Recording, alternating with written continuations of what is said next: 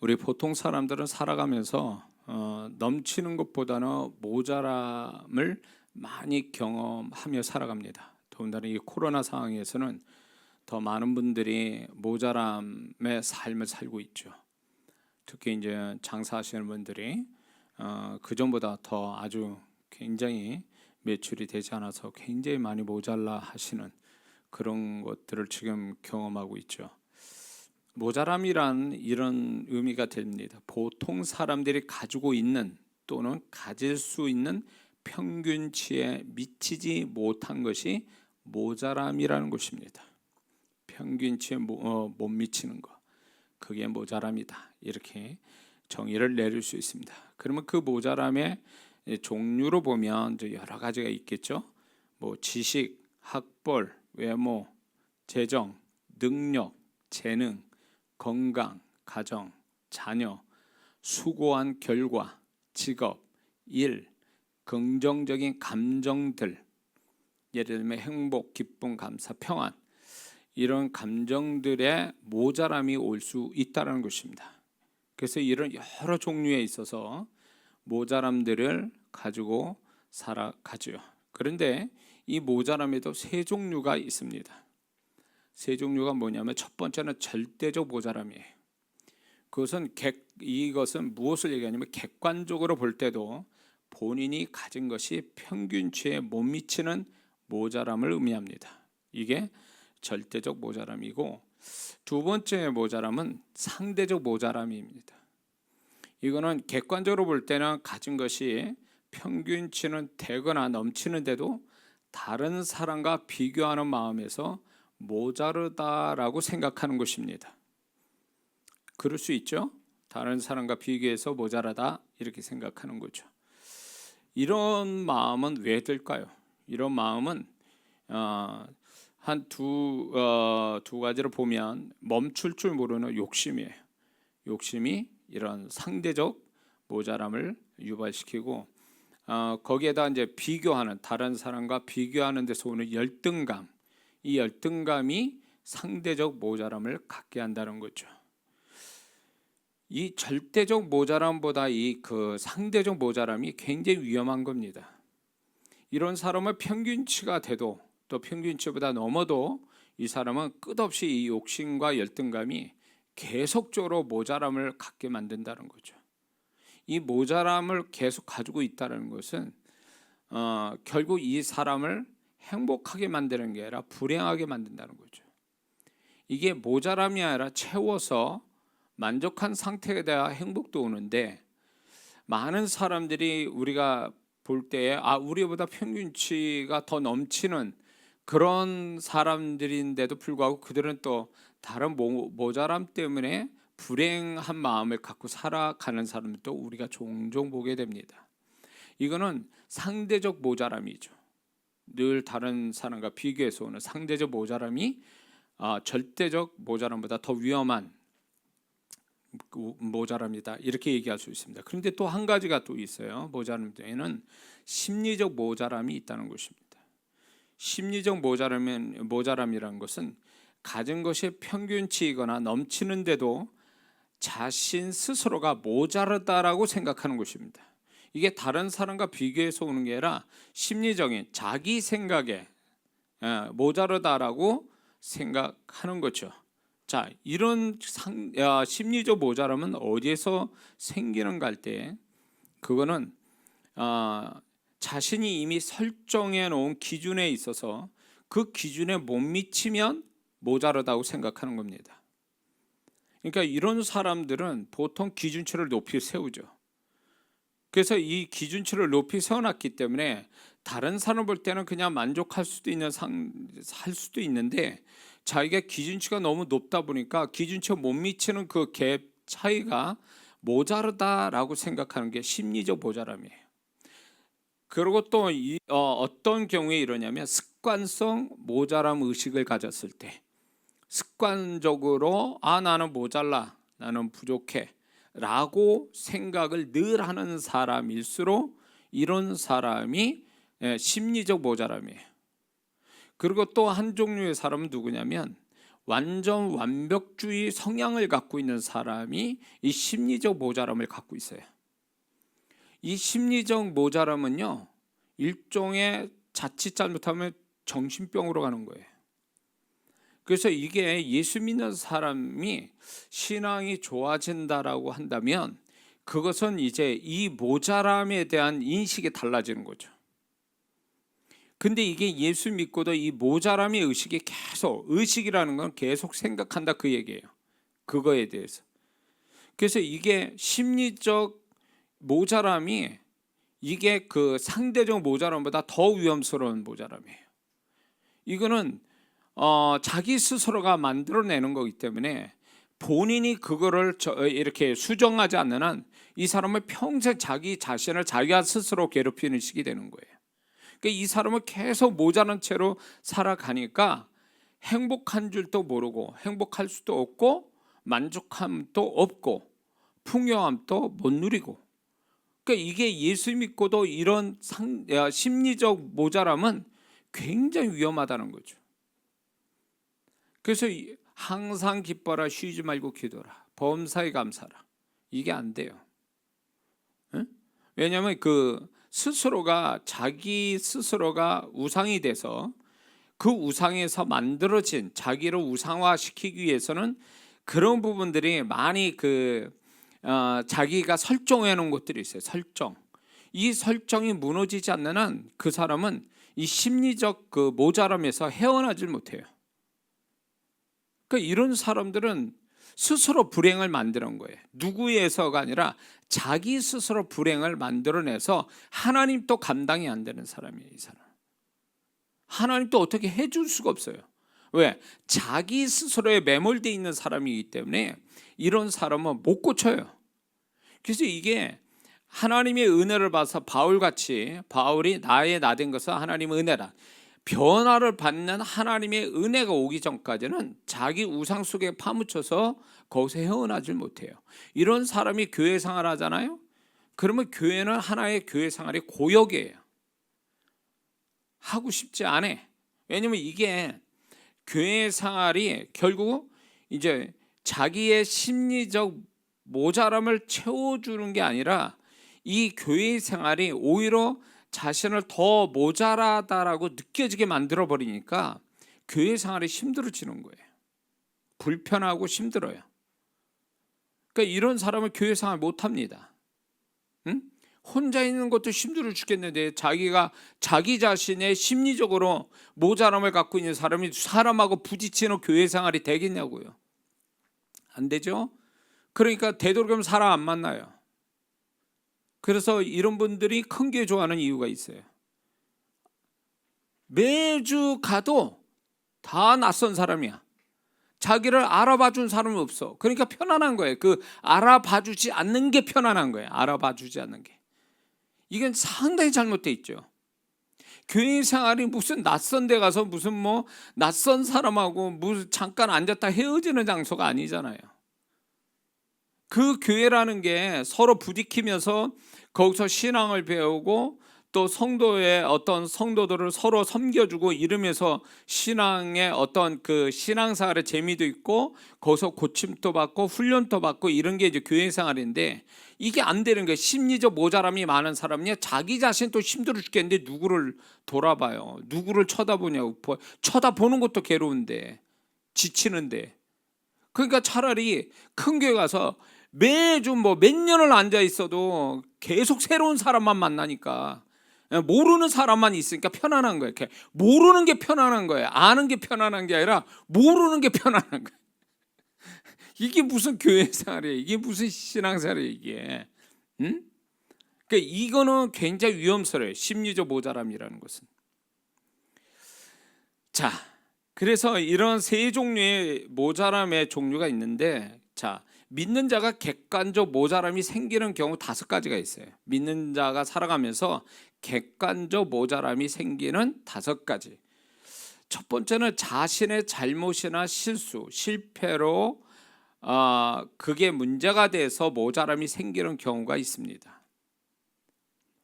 제 신학 동기분이 지금 강원랜드 있죠. 정선의 강원랜드 거기 밑에서 이제 목회라 해서 이제 거기를 가봤고 나중에 딱 한 번 이제 강원도 가다가 거기를 들려서 한번 저녁 먹고 간 적이 있는데 여러분들도 다 알고 계실 거예요. 강원랜드에서 그 인생 망친 사람들, 비극적으로 끝내는 사람들 무지무지 많다 그러죠.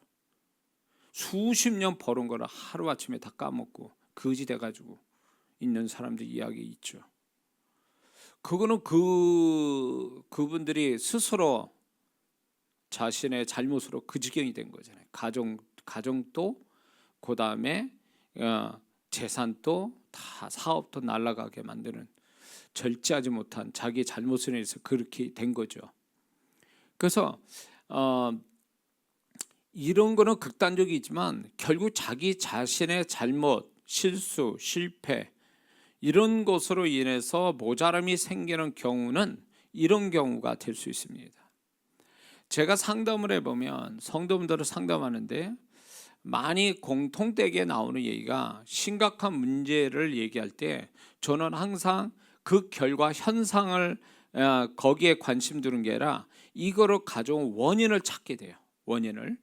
원인을 물어보면요, 꼭 그분들이 대답 못하는 게 뭐냐면 처음에 시작할 때 주님과 하거나 주님의 선택과 결정을 따르지 않는다는 겁니다. 그러면 하나님의 인도하심도 안 받고 하나님의 선택과 결정을 안 따르면 결국 그 뒤에는 다 자기가 책임을 져야 되는 부분이거든요.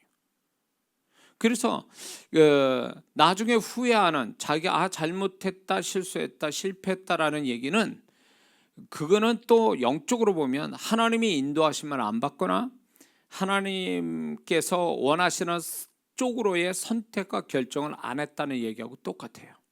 그 말이에요.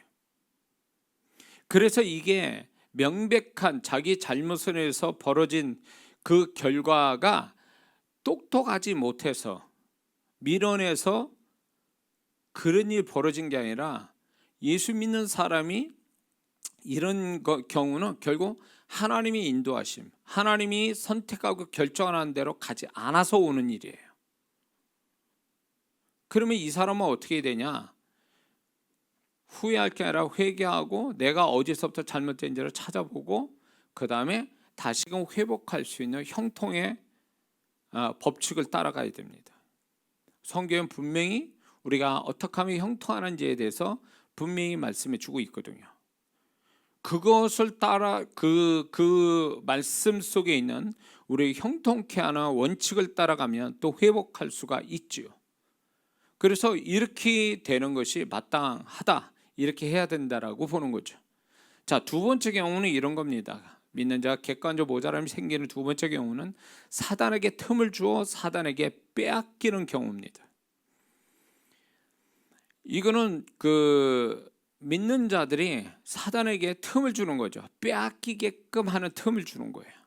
그래서 보통 그 사람의 언어 내지는 어떤 행동 내지는 어떤 현장 내지는 또 하나님 원치 않는 사람 이런 거와 관계가 돼서 틈을 주는 거죠. 사단에게 틈을 줘서 결국 사단은 요한복음 10장 10절 말씀처럼 도적자로 죽이고 멸망시키는 일을 사단이 하는데 그거를 하는 거죠. 그래서 틈이 벌어져 가지고 이런 여러 가지의 원인, 내가 스스로 만들어낸 원인에 의해서 틈이 생겨서 사단이 들어와서 이렇게 망쳐놓는 거죠. 이렇게 돼서 모자라게 되어지는 것을 내가 사단에게 틈을 줘서 망쳤다, 모자르게 됐다라고 생각하면 정확한데 많은 잘못된 혼미한 성도는요, 하나님이 가져가셨다. 그래서 하나님을 원망하고 하나님을 의심하고 이런 태도로 보이는 사람이 있어요. 이건 잘못 짚은 거죠. 본인이 틈이 생겨서 문제를 생긴 거를 그거를 하나님 탓한다면 이 사람은 정말 거기서 모자라면서 헤어나올 수가 없는 겁니다. 그래서 뭔가 모자르게 되면 혹시라도 내가 사단에게 틈을 줘서 내 것을 빼앗기는, 하나님 원하지 않는 사단에게 빼앗기는 경우가 생기지 않은가를 살펴봐야 된다는 것입니다. 그렇지 않으면 안 된다는 거죠. 자, 그리고 이제 세 번째 경우는 이런 겁니다. 자기 뜻, 자기 잘못과 상관없이 어떻게 보면 억울하게 모자라는 경우가 있습니다. 이런 거를 보통 이제 가령 이런 거죠. 부모에 의해서 모자람이 온다든가, 뭐 상황에 의해서 모자람, 어쩔 수 없는 상황에 의해서 모자람이 올 수가 있다는 거죠. 저희 부모님도 그냥 빚 가운데 사시다가 돌아가셨는데, 예. 그러니까 이제 이렇게 자식한테 물려줄 게 아무것도 없는 거죠. 그러니까 이게 뭐 내 선택의 문제가 아니라 이게 뭐 부모님이 그런데 어떻게 해요? 이거는 뭐 자기 의사와 어떤 자기 잘못에 의해서 된 건 아니죠. 그럴 때 여기서 이제 분명한 우리가 가져야 할 태도는 이런 겁니다. 원망을 하거나 그런 속에서 만약에 죄짓게 되면 하나님이 어쩔 수 없이 억울하게 모자라게 생긴 그 부분을 회복시켜 주시는 그 은혜를 못 받는다는 거예요. 응? 그런 사람 많잖아요. 난 부모님 때문에 나 공부 못해서 뭐 우리 부모님이 돈이 없어서 내가 이렇게 가난하게 사는 거야. 이런 사람 있잖아요. 그리고 내가 뭐 이 상황을 만들었나? 하다 보니까 이런 상황 돼가지고 내가 억울하게 모자르고 손해봤는데, 이런 거에 대해서 자꾸 원망하고 불평하고 거기에다가 이제 탓하고, 이래버리면 이 사람은 거기서 하나님께서 억울하게 모자람을 경험하는 사람은 공평하신 하나님이 나타나는데 반드시 그 사람을 회복시켜 주시는 은혜가 있어요, 나중에는요. 근데 그거를 못 받거나 더디 받는 이유는 중간에 태도가 잘못돼서 그래요. 하나님 앞에 그거에 대한 어쩔 수 없는 상황이나 어떤 부모님 같은 경우에 내가 집안 배경이 그래서 모자라는 거에 대해서 그거를 이렇게 자꾸 부정적으로 보면 하나님이 나중에 그걸 회복시켜 주시는 공평하신 하나님이 모자란 것이 채워주고 넘치게 하시는 그 은혜를 못 받는다는 겁니다. 이 문제가 여기 있어요. 그래서 이제 이렇게 어쩔 수 없이 오는 그 모자람에 대해서는 일단 하나님께 무조건 감사를 해야 돼요. 족한 어떤 하나님이 그나마 그래도 최악으로 가지 않는 거에 대한 감사한 마음을 갖고 있으면, 그러고 견디면 하나님이 다시 회복시키는 하나님이 기회를 주신다는 거죠. 자, 그 다음에 이제 네 번째가 이런 겁니다. 그 하나님 앞에서 잘못하여 모자람이 오는 경우가 있습니다. 하나님 앞에서 잘못해서 모자람이 오는 경우가 있습니다. 그거는 뭐냐면 첫 번째는 하나님의 말씀을 지키지 않은 데서 오는 모자람이에요. 자, 주일, 11조, 하나님과 약속한 것을 지키지 않은 데서 오는, 흔히 성경에서 말하는 서원, 이런 하나님과 약속한 걸 지키지 않은 데서 오는 모자람이 있어요. 이 모자람은 결국 하나님의 말씀을 순종하지 않는, 지키지 않은 데서 오는 모자람이니까 이거는 하나님 탓해서는 안 된다는 거죠. 당연히 믿는 자면 당연히 하나님 앞에 바르게 해야 될 기본적 신앙 태도가 있는데, 지켜져야 될 말씀이 있는데 그걸 못 지키면 반드시 그것만큼 모자람이 온다는 거죠. 또 두 번째는 교만할 때 그 사람이 하나님 앞에 교만하면 그 교만함 때문에 모자람이 온다는 거예요. 세 번째는 하나님을 멀리할 때 그 사람은 반드시 모자람이 옵니다. 하나님을 멀리 할수록 그 사람은 점점점 모자라게 돼 있어요. 그러면 거꾸로 얘기하면 하나님께 가까이 하면 할수록 더 풍성함을 경험한다는 거죠. 성경의 그 성경 말씀에는 그렇습니다. 그래서 모자람이 올 때는 여러 가지 이유가 있겠죠. 그 중에 하나님의 말씀, 또 하나님과의 관계, 약속에 대한 그거를 지키지 않은 데서 오는 모자람이 있다. 그래서 이거는 어떤 면에서 보면 하나님이 의도적으로 모자라게 하는 거죠. 왜? 하나님 앞에 잘못했기 때문에. 그래서 이 사람이 하나님의 존재를 그 사람한테 더 선명하게 알려주시기 위해서라도 모자라게 만드시는 거예요. 자, 이 생각해 보세요.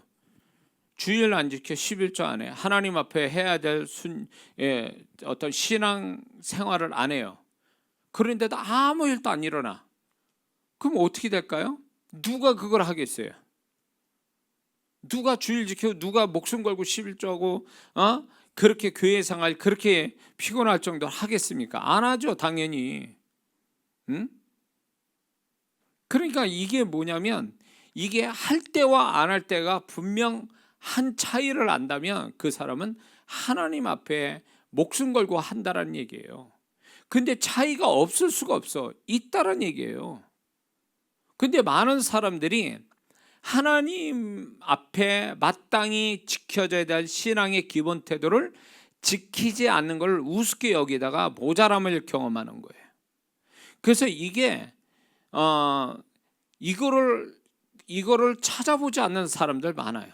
그냥 자연히 왜 삶을 가지고 세상에 살다 보니까 그게 자연스럽게 모자라다라고 생각하지, 그게 말씀을 하나님과 그 말씀을 지키지 않은 데서 오는 모자람이라고 생각 안 한다. 그러니까 이거는 일종의 불신앙이에요. 교회를 다니고 말씀을 배우지만 이 사람은 하나님을 안 믿는 거예요. 자기 삶 속에 하나님의 계심과 또 믿는 자는 하나님의 어떤 지도와 인도를 받고 하나님의 다루심을 받는다라는 걸 모르는 거죠. 그게 불신앙이죠. 그러니까 예수 믿는 사람이 모든 걸 세상적인 어떤 그런 관점에서 이건 이럴 수밖에 없어, 저건 저럴 수밖에 없다라고 얘기하는 그 자세는 분명 불신앙입니다. 우리한테는 분명히 영적인 이유가 있단 말이에요. 특히 그거는 하나님과 그분의 말씀과 관계되어 있는 게 있어요. 그러면 우리가 모자라게 되면 이 부분에 하나님 앞에 걸린 부분이 있는가 찾아보는 게 그게 정상적인 신앙이지, 이런 걸 배제해놓고 그 사람 때문에 그 상황 때문에 내가 밀어내서 이런 식으로 해석을 해버리면 이 사람은 백날 모자라는 사람으로 살아갈 수밖에 없는 거죠. 자, 다섯 번째는 이런 겁니다. 하나님이 의도적으로 모자라게 하는 경우가 있습니다. 의도적으로 그 사람한테. 예수님 같은 경우로 보세요. 예수님은 가난함이 있으셨어요. 그거 배우지 못하셨어요. 외모도 그분은 다른 사람에게 흠모할 것이 아무것도 없다 그랬어요. 그리고 고생을 많이 하셔서 30인데도 50대로 볼 정도로 고생을 많이 하신 분이에요. 그리고 동생들이 많죠. 가난한 목수죠. 그러니까 이 예수님의 삶은요, 다 모자람이에요. 사실 모든 게 모자란 거예요. 왜 그럴까요? 예수님의 모자람은요, 하나님이 의도적으로 예수님 모자라게 한 것은 우리를 대속하시기 위한 모자람이에요. 그거는 그분이 대제사장 아들로 태어나지 못하셔서 그렇게 된 게 아니라 우리의 인생의 모든 저주를 대속하시기 위해서 그분이 우리 대신 겪고 계시는 거죠. 이 땅에 계실 때 그걸 겪으신 거죠. 그래서 그분의 대속을, 우리의 대속을 위해서 그분이 모든 모자람을 갖고 계셨던 거예요. 자, 예수님만이 아니라 바울 같은 경우로 보면 바울은 엘리트였어요. 그 당시에 예수 믿기 전에는 그 젊은 사람이 지금 말하는 공회원이었다는 것은 지금 국회의원이죠. 그리고 이방 땅에서 다소에서 그 로마 시민권을 가질 정도면 두 가지 중에 하나예요. 그게 아버지가 로마 시민권 갖고 해서 아들까지 흘러가는데, 그거는 뭘 얘기하냐면 유대인으로서 돈이 많거나, 두 번째 정치적으로 뭔가 힘을 갖거나 둘 중에 하나거든요. 그러니까 이게 보통 평범한 집안이 아니라는 거죠. 그게 굉장히 엘리트였는데 그가 예수 믿고 복음을 위해서 그런 온통 모자람이 됐습니다. 가지고 있는 게 먹을 거나 이렇게 여유가 없어서 텐트 이렇게 만드는 직업을 갖고 있었잖아요. 자급자족했잖아요. 거기에다 건강의 문제도 있었죠. 건강의 모자람도 있죠. 그 모든 평안함에서 평안하지 못한 삶이 있었잖아요. 그러니까 바울이 왜 그렇게 됐느냐라고 할 때 바울은 결국은 이 모든 것들이 모자람이 결국 바울에게서 주님이 더 충만히 나타나고 그 다음에 주님을 더욱 의지하게 만들기 위한 하나님의 의도적인 모자람이었던 거죠. 그렇죠? 결국 이렇게 모자란 하나님이 의도적으로 모자라게 할 때는 특징이 있어요. 그게 뭐냐면 주위에 돕는 자 돕는 환경이 없게 만드신다는 거죠. 그리고 처음부터 모자람이 있게 하신다는 거예요. 아예 이게 하나님이 의도적이에요. 그러니까 소위 말 아까 얘기한 것처럼 자기의 어떤 그러니까 자기 원인이 자기 자신 모자람이 원인이 자기가 아니에요. 일방적으로 그냥 이렇게 모자라게 된 거예요. 그래서 하나님이 의도적으로 모자라게 하는 사람은 처음부터 모자르고 그리고 돕는 사람 돕는 환경도 없어요. 겨우 목숨만 부지할 만큼만 하나님이 허락하셔요. 이제 이거는 제 경우예요. 그런데 많은 분들이 또 이런 경우가 많더라고요. 그래서 하나님이 의도적으로 모자라게 하는 사람은 왜 그렇게 하실까 할 때에 아까 예수님은 대속하기 위해서 바울은 주님을 더 의지하고 주님을 더 나타나기 위해서 그랬다면 보통 우리는 믿는 자가 왜 하나님이 의도적으로 모자람을 모자라게 만드실까 할 때 나중에 풍성함을 주시기 위해서 단련시키는 겁니다. 영육으로 풍성함을 주시기 위한 전초, 그러니까 그 전 단계가 모자람이에요. 모자람이 끝이 아니라 모자람은 풍성함으로 가는 과정이 지나잖아요. 그래서 하나님이 모자람을 먼저 과정으로서 허락하시는 거죠. 그래서 이 모자람이 결국 그 사람을 풍성케 하는 하나님의 결국 그 풍성케 하신 걸 경험시키기 위해서. 또 두 번째는 이런 거 조금 더 나가서 이렇게 하나님이 의도적으로 모자라게 하시는 건 결국 뭐냐면 이 사람이 다른 사람들의 모자람을 채워주기 위한 통로자로 하나님이 쓰시기 위해서 통로자를 만드시기 위해서 의도적으로 모자라게 하신다는 거죠. 저는 제 간증이에요, 이거는. 예. 저희 부모님은 아주 빚 가운데 사셨다가 빚 가운데 돌아가셨어요. 결국 돌아가시면서까지도 제가 이제 빚을 갚아드리는 그런 저희 두 분은 그 빚 가운데 사셨어요. 근데 이제 저도 그렇고 동생들도 보면 저 같은 경우에는 40이 넘을 때까지 빚을 지고 살았으니까. 근데 어느 날 말씀에 아니다 이거는 빚 지고 사는 건 하나님 뜻이 아니다.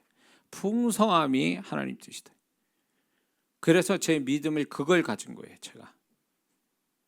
그래서 이제 제가 이제 2003년부터 집회를 나가면서 하나님께서 제가 이제 모자람에서 이렇게 뭔가 채워지고 채움이 풍성해지고 그리고 더 나가서 이제 저를 통해서 하나님이 형통의 기름 부음이 흘러가면서 많은 분들이 이제 어떤 축복들을 받기 시작하는 거예요. 처음에 그런 사역이 돼서 간증 들을 때 저는 실감이 안 나더라고요. 왜냐하면 저도 그 어려운 모자람 또 한참 모자란 데서 시작이 됐는데 어느새 이제 하나님이 저를 통해서 많은 분들을 모자람을 풍성케 하는 사역을 또 하게 하시는 걸 보면서 이렇게 하시려고 제가 많은 시간을 모자라게 하신 하나님의 의도가 여기 있었구나. 그걸 깨닫게 된 거죠. 그래서 하나님이 의도적인 모자람은 결국은 그 사람을 이렇게 모자람에서 오는 어떤 어려움, 어떤 고통을 그냥 그것 자체로 갖게 하시는 게 아니라 그 모자람은 결국은 과정일 뿐이고 지나가면 결과가 나오는데 그게 이제 채움, 넘침, 그 다음에 많은 자를 축복하는 통로자, 여기까지 흘러가는 거예요. 그러기 위해서 하나님이 의도적으로 모자라게 하는 거예요. 그래서 지금 또 보세요. 저를 통해서 하나님께서 지금 영상으로 들어온 분들 뭐 이렇게 보면 제가 사역을 할 때 많은 분들이 또 치유도 받고 또 주님이 이제 치유도 해주시죠. 제가 한 게 아니고 주님이 하시죠. 거기다 형통도 오죠. 이게 이제 소위 말하면 제가 그런 과거가 결국은 하나님께서 이렇게 되는 게 하나님 뜻이었다라는 거예요. 그래서 그 전에 그 세월은 힘들었지만, 그래서 꼭 내가 뭔가 막 엄청 잘못돼 가지고 내가 이 지경이 된 사람처럼 자학하고 굉장히 그 부분에 제가 참 괴로웠던 시절이 있었는데, 결국 그것을 주님의 말씀으로, 주님의 음성으로, 주님의 마음으로 해석하고 또 해석하고 또 해석하다 보니까 이제 그런 것들이 세상적 개념이 아니라 하나님께서 그 허락하신 이 모자람의 어떤 깊은 영적인 의미를 알고 거기에 내가 맞추는 그 생각과 삶의 패턴이 바뀌니까 드디어 하나님이 그 모자람을 벗어나게 하시고, 결국 그 모자람이 아니라 이제 풍성함까지 가고, 풍성함이 거기서 끝내는 게 나만의 풍성함이 아니라 누군가를 또 나같이 모자란 자를 축복해주는 통로자로 쓰임받게 하시더라, 그 얘기예요. 근데 저만의 얘기가 아니라 이 얘기를 듣고 많은 분들이 또 그 역할을, 저와 같은 역할을 하는 분들이 또 나타나고 그러더라고요. 그러니까 이 진리는 맞는 거죠. 자, 모자람을 허락하신 하나님의 뜻은 도대체 무엇일까요? 객관적으로 하나님이 허락하신 모자람을 허락하신 하나님의 뜻은 도대체 뭘까요? 이게 중요한 거거든요. 이 모자람의 뜻에 대한 해석을 못하면요, 이게 세상 사람처럼 그냥 생각하다가 하나님과 전혀 아닌 방향에서 생각하고, 그러다 보면 하나님 뜻과 상관없는 데서 헤매고 돌는 수가 많아요. 자, 왜 하나님이 모자람을 허락하셨을까라고 할 때, 첫 번째는 그 모자람 자체가 위기감을 주는데, 그 위기감을 가져서 하나님께 더욱 간절히 찾도록 하게 하시기 위해서 모자람을 주신 거예요. 그 모자람 자체가 하나님을 더 이렇게 가까이 간절히 찾게 만드시는 거라는 거예요. 자, 뭔 말인지 아시죠? 그래서 모자람을 통해서, 그 모자람의 위기를 통해서 하나님을 더 간절히 찾는 자라면 이 사람은 모자람을 주신 하나님 뜻을 아는 거죠. 두 번째는 하나님께서 이 모자람을 통해서 겸손하게 만드시기 위해서 낮추시는 거예요. 이 모자람 자체가 우리를, 하나님은 겸손하게 만드시는데, 모자란데도 그거를 아닌 척 교만하게 하는 사람도 많아요. 에? 우리 여동생이 이 얘기 들으면 또 얘가 또 기분 별로 안 좋을 텐데, 좀 생활이 어려웠어요. 그래도 이제 전에 쓰던 가락이 있다 보니까 명품을 이렇게 갖고 다니는 거예요. 얘가 명품을 쓸 형편이 아닌데, 근데 이런 게 있잖아요. 많이 이렇게 잘 돼서 정말 풍요로워서 막 쓸 때 그것이 이제 모자람의 어떤 생활로 내려앉았을 때에 자기 자존심도 있고 쓰던 가락도 있고, 그러니까 그거를 못 놓는 거죠. 못 놓는 거예요. 이거는 일종의 어떻게 보면 자존심이지만 일종의 어떻게 보면 그건 교만일 수도 있어요. 하나님이 우리를 의도적으로 낮추게 되면, 낮추려고 할 때 이 모자람 가지고 낮추려고 하거든요. 낮춰지면 낮아져야 돼요. 고기 쌀밥을 먹었다, 전에 풍성할 때는. 근데 지금 모자람이 많아, 라면을 먹어야 돼. 그럼 라면을 먹어야 돼요. 빚내서 고기밥 먹는 게 아니잖아요. 빚내서 고기밥을 먹는다면 이 사람은 뭔가 잘못되어 있는 거 아니에요? 하나님이 낮추라고 그거를 겸손하게 만들려고 하는데, 아니야 나는 괜찮아 그러면서 자존심 지키고 전에 하던 버릇대로 그렇게 해버리면, 이거는 낮아지는 마음이 아니고 겸손하게 만들려고 하는 하나님의 의도를 모르는 거죠. 계속 그냥 뻐득이는 거죠. 나 괜찮아 막 이래. 응?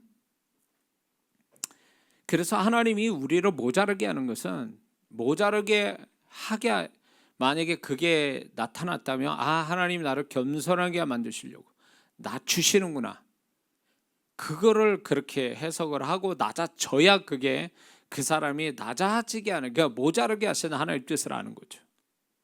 자, 세 번째는요, 하나님의 족한 은혜의 손길을 경험시키기 위해서 모자르게 하는 거예요. 이 족한 은혜라는 거 단어를 잘 아셔야 돼요. 자, 이 사람이 모자르게 됐어요. 지금 모자라 가지고 만약에 예를 들어서 이 사람이 지금 10만 원이 필요해요. 모자란 상황에서 10만 원이 필요해요. 근데 하나님이 이 사람에게 5만 원을 어디서 이 사람에게 어떤 사람이 5만 원을 줬다. 이게 하나님의 손길이다 할 때 10만 원은 아니어도 5만 원을 하나님이 누군가를 통해서 이 사람을 돕게 5만 원을 줬다라고 한다면 그게 5만 원이 족한 은혜라는 거예요. 그래서 하나님이 모자람이 있는 사람한테 정말 하나님의 의도에 의해서 모자르게 되는 사람은 족한 은혜라는 게 있어요. 그냥 굶어 죽지 않고 망하지 않게끔 숨은 쉬게끔 하나님이 그런 족한 은혜를 주시는 게 있어요. 제가 이제 우리 박 목사 병원에 입원하게 됐어요. 근데 집안에 돈 한 푼 없는 거예요. 오래됐죠. 근데 이제 병원을 가는데 승합차 몰고 가는데 오늘 그 길을 잘 안 가는 편인데 그 길을 갔어요. 비 오는 날에. 근데 앞에 흰 봉투가 뚝 떨어져 있는 거예요. 그래서 흰 봉투가 있는데 내렸죠. 내려 흰 봉투를 보니까 거기에 9만 원이 있더라고요. 그래서 제가 이제 계속 기다린 거예요. 혹시나 이것도 찾는 사람이 있을까 봐. 근데 기다렸는데도 사람이 안 오는 거예요. 분명히 이게 이렇게 떨어졌으면 누군가 왔을 텐데 그분한테 미안한데 이게 정말 그런 건지 아니면 제 나름대로 그냥 제 멋대로 해석한지 모르지만 근데 그 9만 원이 제 안에 병원비였어요. 이걸 우연의 일치라고 볼 수 있어요.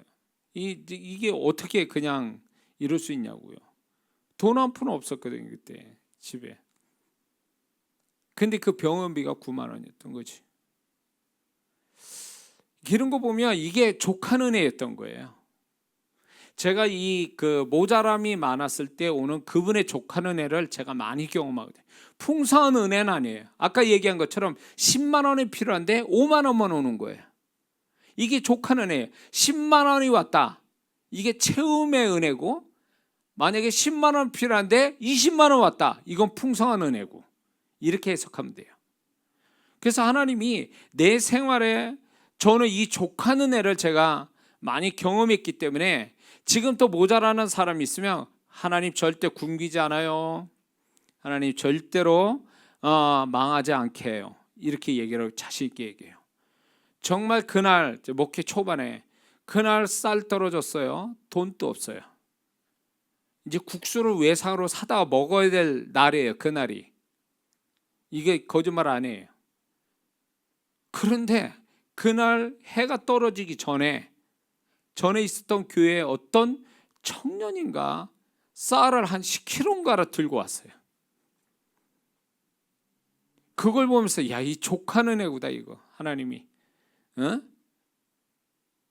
그러면서 하나님은 저는 그런 거로 많이 경험했어요. 이렇게 어느 순간에 정말 필요할 때 100% 채워지지 않았어도 어느 정도 좀 보충이 될 수 있는 은혜를 주세요. 그게 족한 은혜예요. 그래서 이 족한 은혜 하나님이 경험시키기 위해서 우리를 모자르게 하는 거예요. 이게 풍성해서가 아니라 하나님이 그래도 내가 너를 알고 있어. 내가 너의 사정을 알아. 너의 모자람을 알아. 내가 너를 도와주고 있어. 너 절대로 망하지 않아. 이런 어떤 사인처럼 시그널처럼 느껴지는 거죠. 그러기 위해서 모자라. 풍성한 자가 이거 경험할 수 있겠습니까? 풍성한 자가 이렇게 족한 은혜 주시는 하나님의 손길을 경험할 수 있냐고요.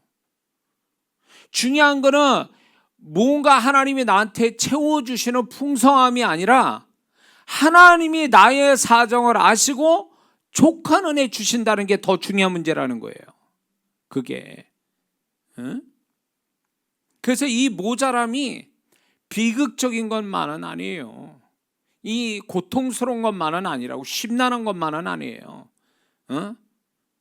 모자람이 찌질한 것만을 얘기하는 건 아니에요. 그래서 하나님이 족한 은혜를 경험시키기 위해서, 그분의 손길을 경험시키기 위해서 모자라게 하신 뜻이 있다. 네 번째는요, 나중에 공평하신 하나님을 경험시키기 위해서 하나님이 모자라는 과정을 겪게 하는 거예요. 공평하신 하나님. 왜? 모자르게 하면 다시 풍성한 그때로 주신다는 거죠. 그게 공평하신 거잖아요. 내가 언제 뭐 모자라려고 자원하는 적은 없잖아요. 근데 모자라게 되어졌다면 하나님이 언젠가는 그 사람을 풍성케 하신다는 약속과 같은 거거든요. 그래서 하나님의 어떤 공평하신 하나님, 그 하나님을 믿고 신뢰하고 소망하기 위해서, 그리고 나중에 경험시키기 위해서 모자람을 먼저 하나님이 경험시킨다는 거예요. 이해가 되십니까? 다섯 번째는 나중에 모자람을 채워주시는 모자람을 채워주시는 은혜 주실 때 받을 자격을 갖추게 하기 위해서 하나님이 모자르게 하는 거예요. 자, 이 모자람이 결국은 하나님이 풍성하게 채워주시는, 채움을 받는 자격 있는 자로 준비시키기 위해서 모자르게 하는 거죠. 그러므로 이 모자람은 하나의 자격을 만드시는 거예요. 나중에 채움받기 위한 사람으로. 그 다음에 여섯 번째는 하나님의 방법으로 채움을 받는 것을 가르치시기 위해서 모자라게 하시는 거예요. 자, 모자라면 사람들의 편법 쓰고 불법 쓰고 탈법을 써요. 그건 세상 사람의 방법이고요. 예수 믿는 사람은 하나님의 방법으로 채움을 받는 법을 배우는 거예요. 이 모자람 속에서. 그럴 때 주 나의 모든 것, 아까 찬양처럼 그분이 나의 모든 것 되어주시는구나, 이거를 경험시키는 거예요. 응? 근데 하나님의 방법으로 채움을 받는 게 아니라 자꾸 이상한 쪽으로, 죄된 방법으로 자꾸 이렇게 채움을 받으려고 한다면 그 모자람을 주신 하나님의 의도를 모르는 거죠. 일곱 번째는요, 하나님으로 만족함을 갖기 위한 훈련으로서 모자라게 하는 거예요. 오늘 본문 말씀이 그거예요. 자, 무화과나무가 무성치 못하고 포도나무에 열매가 없으며 감나무에 소출이 없으며 밭에 식물이 없으며 우리의 양이 없으며 외양간에 소가 없을지라도, 죄다 없는 거잖아요. 그러니까 결국 이건 뭘 얘기하는 줄 아세요? 아무것도 없다, 그런 뜻이죠. 아무것도 없다. 아무것도 없는데도 이 선지자는 이렇게 얘기죠. 나는 여호와를 인하여 즐거워하며 나의 구원의 하나님으로 인하여 기뻐하리다. 이 신앙이요. 모자람은 결국 하나님을 전적으로 신뢰하는, 그리고 하나님으로 만족한 신앙을 갖기 위한 훈련으로서 모자라게 하는 거예요. 이런 걸 알고 모자람에 대한 어떤 태도로 갖느냐, 이게 중요한 문제겠죠. 자, 모자람의 테스트에 합격하면 모자람에서 채워지는 때가 오고 더 나아가서 넘치는 때가 옵니다. 그때까지 가져야 할 태도가 뭐냐 할 때 이런 거예요. 첫째는 모자라서 편법 쓰면 안 된다는 거죠. 모자르다고 편법 쓰면 안 되는 거예요. 탈법, 불법 하면 안 돼요. 모자르다고. 그렇게 되면 하나님이 채워주시고 넘치게 하는 거 경험 못합니다. 이 사람은 거기서 스톱 걸려요. 두 번째 태도는 모자람을 채우기 위한 집착을 버려야 돼요. 이 모자람에서 이제 채워지기 위해서 몸부림칠 거 아니에요? 근데 그게 이제 집착이 되는 거죠. 이래야 돼, 꼭 나는 채워야 돼. 그래가지고 별짓을 다 하는 거죠. 이 집착, 나는 모자르면 못 살아, 풍성해야 돼요. 무슨 방법을 동원해서라도, 이게 집착이에요. 어떤 방법과 수단을 동원해서라도 나는 채워야 돼, 이게 집착이라는 거예요. 채움에 대한 집착, 이거 버려야 돼요. 이거는 일종의 종된 자예요. 이 채움에 종된 자는 절대 채움의 축복 못 받습니다. 이 사람은 모자람에서 절대 벗어나지 못해요. 이 집착하는 사람은요. 세 번째는 모자랄 때 죄짓지 말아야 돼요. 모자랄 때 죄 지으면 하나님이 채워주시는 은혜까지 못 갑니다. 네 번째, 모자랄 때 너무 계산하지 말아야 됩니다. 모자랄 때 자꾸 돈 계산해봐야 마음만 신난하고 믿음도 떨어지고 세상적 생각만 나고 안 돼요. 계산은 언제 하는 줄 아세요? 풍성할 때 계산하세요. 즐겁게. 그러나 모자랄 때는 계산하면 안 돼요. 모자랄 때는요, 계산이 좀 흐려야 돼요. 그래야 그 모자람에 덫에 걸리잖아요. 많은 사람이 거꾸로 하고 있어. 모자랄 때 막 죽으라고 계산하고 있고, 풍성할 때 뭉텅뭉텅 막 써버려. 그러니까 풍성할 때 막 낭비하니까 거지 되는 거고, 모자랄 때 너무 계산하니까 그것도 그 사람 거지 만드는 거예요. 불신앙에 빠져버리게 만드는 거예요. 이거를 태도로 바꿔야 돼요. 모자르면 희미하게 계산하고, 풍성할 때 즐겁게 계산하고. 이게 중요해요. 그래서 저는 지금도 그 방법 써요. 뭔가 이게 뭐 하나님 위해서 뭘 한다, 뭐 이쪽 이렇게 하면은요, 그 모자람에 대해서는 그냥 희미하게 생각해요. 별거 아닌 것처럼 생각해요. 그래야 그게 감당이 돼요. 뭔가 하나님께 헌신할 때도 돈 계산 못 합니다. 그렇게 되면 나 못해요. 헌신 못해요. 에? 제가 이 교회 헌신할 때에 올 때 헌신할 때 긴 세월 준비한 거예요. 제가 긴 세월을 두고 한 푼도 안 쓰고. 여러분들은 여러분들이 만약 제 입장이면 그렇게 되겠냐 말이에요. 몇 년을 거쳐서 한 푼도 안 쓰고 그거를 하나님께 드린다는 게 쉬운 얘기 아니에요. 계산이 없으니까 하는 거예요. 그냥 계산이 없으니까. 계산하면 못 하는 거예요. 그러니까 이게 계산해야 될 게 있고 계산하지 말아야 될 게 있는 거예요. 그래서 모자랄 때는 계산을 그렇게 자세히 하면 안 돼요. 10원짜리 딱딱 끊어가지고 막 10원짜리까지 계산 안 돼요. 그렇게 하면 모자랄 때 그렇게 하면 안 돼요. 그러면 심란하고 불신하고 믿음 떨어져.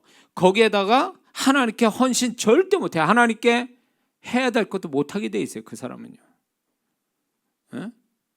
그러니까 복 받을 사람은 달라요. 그러니까 복 받을 사람은 그렇게 하는 거예요. 제가 얘기한 대로 모자랄 때는 계산하지 말고 풍성할 때 즐겁게 계산하는 거예요. 그게 그 사람이 복 받는 비결이에요. 근데 거꾸로 하고 있어. 거꾸로 막 그냥. 그러니까 문제가 되는 거예요. 그래서 모자랄 때는 절대 계산하지 말아야 된다. 그게 중요한 태도고요. 다섯 번째는 모자랄 때 열등감을 갖지 마세요. 아, 나는 모자랄래. 그래가지고 자꾸 그것이 자기의 어떤 열등감, 그래서 다른 사람에 대해서 자꾸 위축된 마음을 갖는다면 이 사람은 모자람에 그 늪에 헤어나지 못한 사람이에요. 이렇게 되면 어떻게 되는 줄 아세요? 이 사람이 어쩌서 풍성함으로 갔어요. 그러면 이 모자랄 때 오는 열등감 때문에요, 자신이 있지 못하고 만족할 줄도 모르고 남 줄 줄도 몰라요. 이런 사람은요. 모자랄 때 그 열등감 때문에.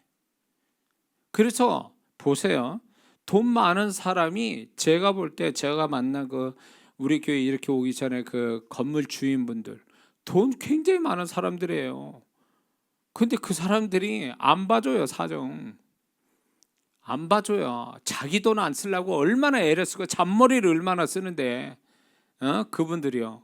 그래서 나는 한편 화가 나면서 어느 한편은요, 불쌍한 거예요. 왜 저렇게 많이 갖고 있는 분이 수십억씩이나 갖고 있고, 제가 저쪽에 분당이 그 센터 가졌을 때는 막 그분이 내가 생각하던 100억 이상을 갖고 있는 분인데, 아, 그렇게 그냥 1,000만 원에 얼마 되지도 않는 그 지하에 조그만 그 방 그것도 그냥 그거 어떻게든지 그냥 더 받으려고 애를 쓰는 그분 보면서 처음에 화났다 나오면 나중에 불쌍한 거예요. 그게. 그러니까 이거는요, 많이 가졌는데 많이 가진 거지인 거예요. 그거 아세요? 많이 가진 거지, 부자인데 거지야. 불쌍한 거죠.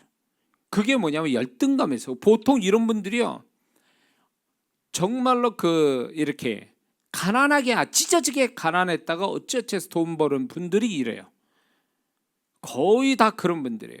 그러니까 정말 내가 가난했기 때문에 그 사람 중에서 마음껏 쓴다? 이런 사람은 내가 볼 때 10명에 한두 명이니까 나머지는 더 그냥 자기보다 힘든 사람을 그냥 더 쥐어짜려고 하는 이런 분들이 어떻게 보면 대부분인 거죠. 왜 그러냐? 그 열등감이에요. 모자람을 늘 오랫동안 가졌던 열등감이 결국 그런 식으로 가져도 그런 식으로 나오는 거예요. 이런 사람 교회에서 못합니다. 돈이 아까워서 헌금 못해요. 부들부들 떤다고요. 그래서 열등감 가지면 안 돼요. 모자랄 때 열등감 가지면 안 됩니다. 그 다음에 6번째는 피해의식을 버려야 돼요. 모자르기 때문에 난 손해보고 있다라는 이 피해의식을 갖게 되면 위험합니다. 이 사람을 많이 가져도 나중에 피해의식이 떠나질 않으니까 손해 안 보려고 얼마나 몸부림치는지 몰라요. 이게 열등감하고 피해의식 비슷해요. 피해의식 가지면 안 돼요. 모자란 것에 피해의식이 있어서는 안 되는 거죠. 그것이 결국 그 사람의 마음의 병이 만들고 풍성히 받아도 누릴 줄 모르는 사람들이에요. 이런 사람이 누리긴커녕 모으는 데만 집착하는 거죠. 그 다음에 7번째는요. 어떤 태도로 가자면 모자람에 마음속 모자람 의식을 버려야 돼요. 그러니까 끊임없이 난 모자라라는 모자람의 의식이에요. 이런 의식이 있어서는 안 됩니다. 그래서 이 의식이 계속 내 안에 버려져야 돼요. 이 모자람의 의식이 버려져야 돼요. 8번째, 모자람 속에서도 주는 사람이 되어야 됩니다. 모자람 속에서도 주는 자가 되어야 돼요. 그래야 모자람에 대한 어떤 부정적인 내면이 소멸될 수 있어요. 이런 생각 많이 가져요. 모자라기 때문에 나는 많이 받아야 돼. 이게 뭘 얘기하냐면 이 모자라기 때문에 나는 많이 가져야 된다면 거지 근성이 되는 거예요. 이 사람은 많이 가져도 어떻게 되는 줄 아세요? 더 달라는 거예요. 다른 사람한테. 네 거 좀 내놔. 이런 식이에요. 그러니까 이게 모자람이 그 사람 안에 의식이 되기 전에 이 모자람 의식을 깨는 방법이 뭐냐면 모자람 속에서도 주는 사람이 돼야 돼요. 모자람 속에서 줄 아는 사람이 되면요, 이 사람이 풍성해지면 더 잘 주는 자가 돼서 뭐가 되냐, 이게 한 사이클로 돌아가요. 줬기 때문에 심은 대로 또 거두는 거예요. 거두어서 다시 또 채워지면 채워진 걸 또 주고, 이래서 이 사람 잘 되는 사람은 계속 잘 되는 거예요. 근데 이게 손해보고 있다, 피해의식이 있어서 남 주기는커녕 움켜쥐고 있는 사람은요, 있는 것마저도 빼앗기는 때가 와요. 그렇게 되면 거지 되는 거예요, 나중에. 예? 자, 그러게 모자람 속에서 자꾸 주는 버릇 주게 되면 모자람 의식이 사라지면서 뭐가 오냐면 하나님이 나중에 비율로서 축복을 하시는데 어떻게 하냐? 두 렙돈 드린 과부처럼 저가 생활비 전부를 드렸다고 그랬거든요. 두 렙돈은 얼마 안 되는, 몇천 원 안 되는 돈이거든요. 그걸 드렸다라고 해서 주님이 칭찬하는 게 모든 거 다 바쳤다, 그런 얘기하는 거예요. 그러니까 두 렙돈이 생활비라며, 지금 보통 생활비 200만 원 쓴다라고 치면 이 두 렙돈은 결국 이 여인의 두 렙돈은 지금 말하면 200만 원 드렸다, 그렇게 하나님이 인정하시는 거죠. 그래서 축복은 비율로 오거든요. 비율로 와요. 양으로 오는 것도 있지만 비율로 온단 말이에요. 그래서 이 사람은 전부를 드렸기 때문에 하나님이 그 사람 또 전부를 다 책임져 주시는, 그 채워주시는 은혜가 있는 거예요. 응? 자, 그렇다면 이제 모자람에서 언제 벗어나나? 모자람에서 벗어나는 때가 언제냐는 거예요. 그것은 전적으로 모자람을 경험하는 그 사람의 태도에 달려 있습니다. 이건 방법과 요령의 문제가 아니라 그 모자람을 대하는 그 사람의 태도에 달려 있어요. 자, 그러면 언제쯤 벗어나냐? 그 사인은 뭐냐? 그 사람의 내면의 첫 번째, 모자람에서 자유할 줄 알 때. 소위 말해서 모자람에 매이거나 모자람에 집착하는 게 아니라 모자라도 괜찮아, 나 이대로 뭐 잘 살 수 있어. 그러니까 모자람 자체가 그거에 매이지 않는, 눌리지 않는 그런 자유하는 거예요. 모자람에 자유하는 사람. 그게 굳이 개의치 않는 거죠. 그 모자람이. 그걸 자기를 불쌍하게 보거나 그것 때문에 뭐 할 거 못하거나 그것 때문에 뭘 못 주거나 뭐 이런 게 아니라 모자람에 대해서 전혀 개의치 않는 자유하는 마음, 매이지 않는 마음, 이게 돼야 이제 모자람에서 벗어나게 됩니다. 두 번째는요, 모자람을 느끼지 못하고 만족할 때, 모자람 자체에서 만족할 때, 이건 체념하고 다른 얘기예요. 모자람 자체를 만족할 때에 이 사람은 모자람에서 이제 벗어나는 사람이 되는 거예요. 세 번째는 채움의식, 다시 말해서 부요의식을 가질 때 이 사람은 모자람에서 벗어납니다. 이거는 뭐냐면 가난의식, 부요의식, 모자람의 의식, 채움의식, 이게 이제 같은 말인데, 이건 뭐냐, 가난의식이라는 건 자꾸 뭔가를 더 받으려고 하고 움켜쥐려고 더 가지려고 하는, 이게 가난의식이에요. 그 부요의식은 뭐냐, 주는 거예요. 이렇게 줄 아는 사람이 부요의식이에요. 그러므로 이 모자람에서 벗어나는 사람의 그 내면이 이렇게 그 벗어나는 사인, 그 사람 심령의 사인이 뭐냐면 부요의식을 갖기 시작해요. 모자란 게 아니라 줄 줄도 아는, 나는 뭔가 있어서 준다라는 개념으로 부요의식, 체험의식을 가질 때 이 사람이 모자람에서 벗어나게 됩니다. 그 다음에 네 번째는 기도 속에서 주님으로부터 오는 체험의 확신, 소망이 생길 때 이제 모자람에서 벗어납니다. 주님이 확실하게 지금 아무것도 벌어진 게 없어요. 그러나 기도 속에서 주님께서 이제 채워주실 거에 대한 소망, 확신, 기쁨, 이런 게 막 들어오면 이제 그 사람이 이제 모자람에서 벗어나기 시작했다는 거죠. 벗어날 시그널을 보내는 거예요. 그 다음에 다섯 번째는 모자람에 감사할 때, 모자람에 대해서 감사를 해요. 모자람 자체 속에서도 감사할 거리가 있어. 그러면 이 사람은 모자람에서 이제 벗어날 때가 된 거예요. 왜? 이 감사가 일종의 그 사람이 모자람을 극복하는 어떤 모습을 보이는 거거든요. 극복이 된 어떤 모습이 감사예요. 그 다음에 다섯 번째죠. 여섯 번째요. 하나님으로 만족하고 하나님이 자신의 모든 것이 되신다는 믿음이 생길 때 이 사람 모자람에서 벗어나요. 스바냐, 그 하박국 선지자의 그 고백이에요. 없어도 좋아. 그냥 그 하나님으로 나는 만족해. 그리고 그분은 나의 모든 것 되어주셔. 그래서 염려 없어. 또 모자라도 그분은 채워주셔. 이런 또 하나님에 대한 이 태도가 바로 모자람에서 벗어나는 하나의 시그널이에요. 그 내면의 시그널. 이해가 되셨죠? 그러면 모자람에서 벗어나는 현상이 있어요. 실제적인 현실 속에 현상이 있습니다. 그건 뭐냐면 첫 번째는요, 작지만 생각지 않는 자신을 도와주는 사랑과 상황이 나타나요. 작지만 자신을 도와주는 상황과 사람이 나타나요.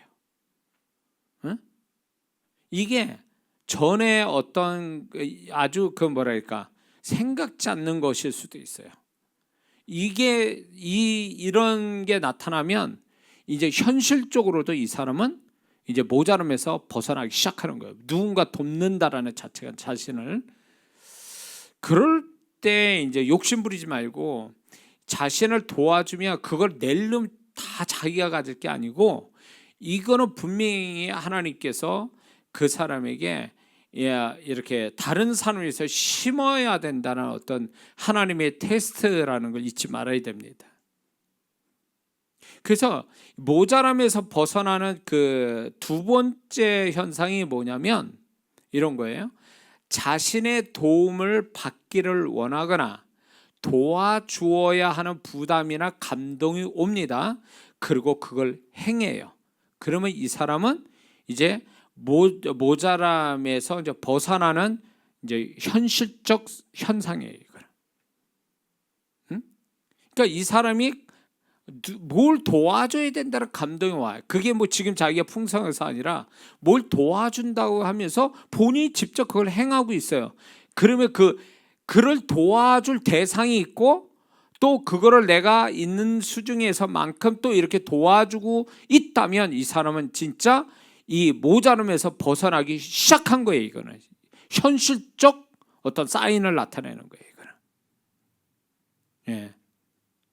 세 번째는요, 안 풀렸던 것이 풀리기 시작합니다.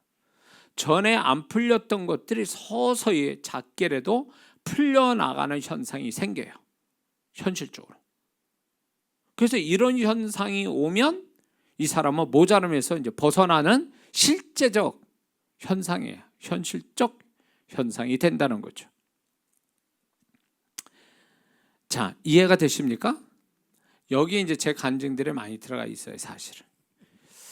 근데 이게 또 맞거든요. 또 제가 자신 있게 또 제 삶에서 경험된 그분의 어떤 깨닫게 하시는 거와 그분의 손길이 이렇게 나타났기 때문에 제가 이걸 공식처럼 여기고 제가 삶 속에 항상 그래 온 거예요, 저한테. 그걸 얘기하는 거예요, 또. 그러니까 우리가 이런 게 있어요. 하나님이 우리에게 역사를 할 때 어느 날 갑자기 날벼락 맞듯이 하나님이 그렇게 역사한다고 생각하는 사람 많아요. 아니요, 절대 그렇지 않아요. 하나님이 얼마나 치밀하시고 얼마나 정확하시고 얼마나 과정을 지켜가신지 모르죠, 여러분들은. 그거 아셔야 돼요. 그러니까 그분은요, 즉흥적으로 가만히 있다 확 이렇게 하신 분이 아니에요. 그분이 갑자기 뭔가 일을 행하신 분이 아니라는 말이에요. 그분이 모든가 절차가 있고 사인이 있어요. 시그널을 보내고 그리고 우리가 그만한 태도를 또 준비하고 그거를 가져야만이 하나님이 또 역사하신다는 거죠. 그래서 하나님이 우리를 모자라게 하는 것들이 아까 얘기했지만 하나님의 분명한 선하신 뜻이 있어요. 영적인 뜻이 있고 이거를 지켜야 돼요. 이거를 우리가 잘 지키게 되면 또 하나님의 의도대로 가면 그 사람의 모자람은 과정이 지나지 않아요. 모자람이 끝이 아니라 모자람이 결국 채움에서 풍성함이 축복의 통로자 되는 데까지 이게 과정으로서 거쳐서 간다는 거예요. 모자람이 끝이 아니라.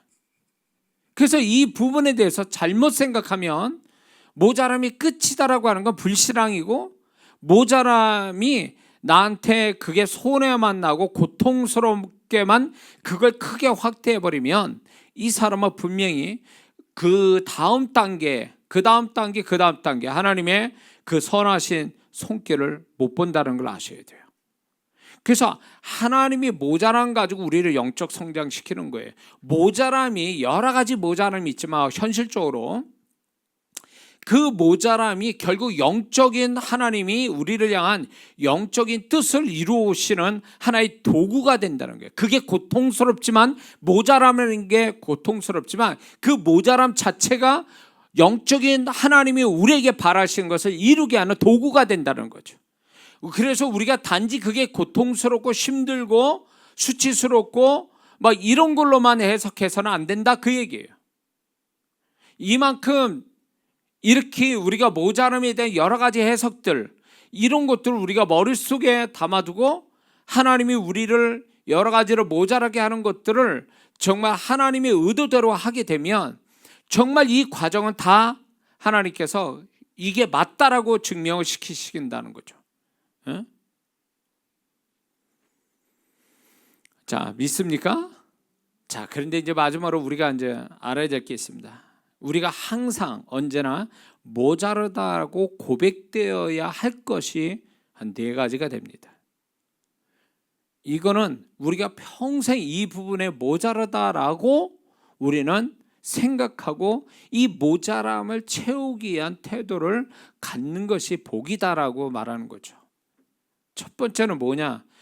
다윗의 고백에서 시편 42편 1절, 하나님이여 사슴이 시나무를 찾기에 갈급한 같이 내 영혼이 주를 찾기에 갈급하나이다. 주를 찾는데 찾아도 모자르다고 생각하는 신앙이 되어야 돼요. 주님을 찾는데 나는 여전히 모자라, 나는 부족해, 그분에 대하여 더 갈급해 라는 이 모자람에 대한, 갈급하다는 얘기, 사슴이 시나무를 찾기에 갈급하다는 건 목말라 한다는, 그만큼 물이 부족함을 느끼는 거잖아요. 그처럼 우리가 주님을 찾는데 끝없이 모자람을 가지는 이 태도야말로 복 있는 태도라는 걸 잊지 말아야 될 줄 믿습니다. 두 번째는 시편 기자 119편 131절 말씀에 내가 주의 계명을 사모함으로 입을 열고 헐떡이었나이다. 개가 이렇게 헐떡거릴 때는 물을 먹고 싶어 하는 거잖아요. 더워가지고 헐떡거리는 거잖아요. 물을 먹고 싶어 하는. 그것처럼 우리가 하나님 말씀에 대한 갈증, 소위 말해서 목마름, 부족함, 모자람을 갖는 거, 이거는 우리가 이 마음을 갖는 게 복 있는 태도인 줄 믿습니다. 말씀을 계속 바닷물 같이 여겨지는 거죠. 바닷물 먹는 것처럼 계속 말씀에 대한 갈증을 느끼는 거, 물이 더 먹고 싶어하는 그 모자람, 물의 모자람 같은 느낌, 그 갈증을 말씀에서 우리가 경험해야 된다는 거죠. 그게 진정한 우리가 죽을 때까지 이런 모자람에, 말씀에 대한 모자람을 갖고 사는 것이 복이라는 걸 우리가 잊지 말아야 될 줄 믿습니다. 그 다음에 시편 51편 11절에 다윗이 이런 얘기합니다. 나를 주 앞에서 쫓아내지 마시며 주의 성령을 내게서 거두지 마소서. 성령의 임재에 대한 목마름이에요. 성령의 임재에 대한 모자람, 목마름, 이것이 우리가 평생 가져야 할 복이라는 걸 잊지 말아야 될 줄 믿습니다. 성령의 임재를, 이 성령의 임재가 얼마나 큰가를 다윗은 알았습니다. 한때 굉장히 했던 거, 베닌 목사님도 그분이 임재가 걷어지는 경험을 했기 때문에 그게 얼마나 무서운 줄 아는 거예요. 그래서 항상 그분의 임재가 늘 있게 해달라고 얼마나 간절히 다윗같이 기도한지 몰라요. 그분의 이야기를 들었거든요. 제가 이제 미국에서 이제 그 미국의 집회 끝나고 마침 그 달라스에서 베닌 집회가 있어서 이제 제가 거기를 참석을 하게 됐는데 그 얘기를 해요. 그걸 보면서 이 성령의 사람, 이렇게 놀라운 하나님의 역사를 일으키는 사람들의 이 성령의 임재가 얼마나 중요한지를 경험하니까, 저 역시도 그랬으니까요. 임재가 있고 없고의 집회 형태가 달라져요. 그래서 다윗의 구약의 이 다윗이 이런 고백할 정도면 얼마나 그분의 임재가 강한지를, 엄고 있고가 약하고 강하고의 이 차이를 알았기 때문에 다윗은 항상 이 고백을 했다는 거죠. 성령의 임재에 대한 목마름, 모자람, 이거를 가지고 우리도 평생을 이 목마름을 갖고 살아야 될 줄 믿습니다. 그 다음에 고린도전서 2장 16절에 바울의 고백에 누가 주의 마음을 알아서 주를 가르치겠느냐? 그러나 우리가 그리스도의 마음을 가졌느니라. 바울이 그리스도의 마음을 항상 충만하게 갖기를 힘쓰니까 그가 말한 것이 다 하나님 말씀한 걸로 인정됐잖아요. 그거는 그 바울이 그리스도의 마음을 가졌기 때문에 그가 말하는 것이 하나님의 음성이 된 거예요. 그래서 우리는 평생 우리가 주님의 마음, 이 주님의 마음에 대한 목마름, 주님의 마음이 항상 부족함을 느끼는 것, 이것이 진정한 복이라는 걸 잊지 말아야 될 줄 믿습니다. 빌립보서 1장 20절에 바울은 또 이런 얘기합니다. 나의 간절한 기대와 소망을 따라 아무 일이든지 부끄러워하지 아니하고 지금도 전과 같이 온전히 담대하여 살든지 죽든지 내 몸에서 그리스도가 존귀하게 되려 하려 하나니, 그분의 인격과 그분의 삶에서 그리스도가 충만하게 나타나서 그분이 높임을 받기 원하는 그 바울의 이 목마름이 우리가 평생 가져야 할 목마름이라는 걸 잊지 말아야 될 줄 믿습니다. 그래서 그분이 내게서 충만하게 나타나는 것, 이거는 우리가 평생 목말라 해야 될 부분이에요. 모자라다라고 생각할 어떤 영적인 축복이라는 걸 잊지 말고 우리가 이 네 가지가 항상 부족함을 느끼며 살아가는 것이 복이고, 우리가 지금 현실적으로 몸 모자람에 대해서 우리가 부정적으로 생각하고 세상적 개념을 갖지 말고 지금 이렇게 하나님의 사람들이 가졌던, 또 하나님이 원하시는 그 모자람의 뜻을 알고 하나님 뜻대로 이 모자람을 잘 대하는 태도로 말미암아 채움이 되고 넘침이 되고, 그래서 다른 사람까지 축복하는 데까지 가는 통로자가 되는 데까지 가는 이 목마름의 모자람의 축복이 있기를 주의 이름으로 축원합니다. 기도하겠습니다.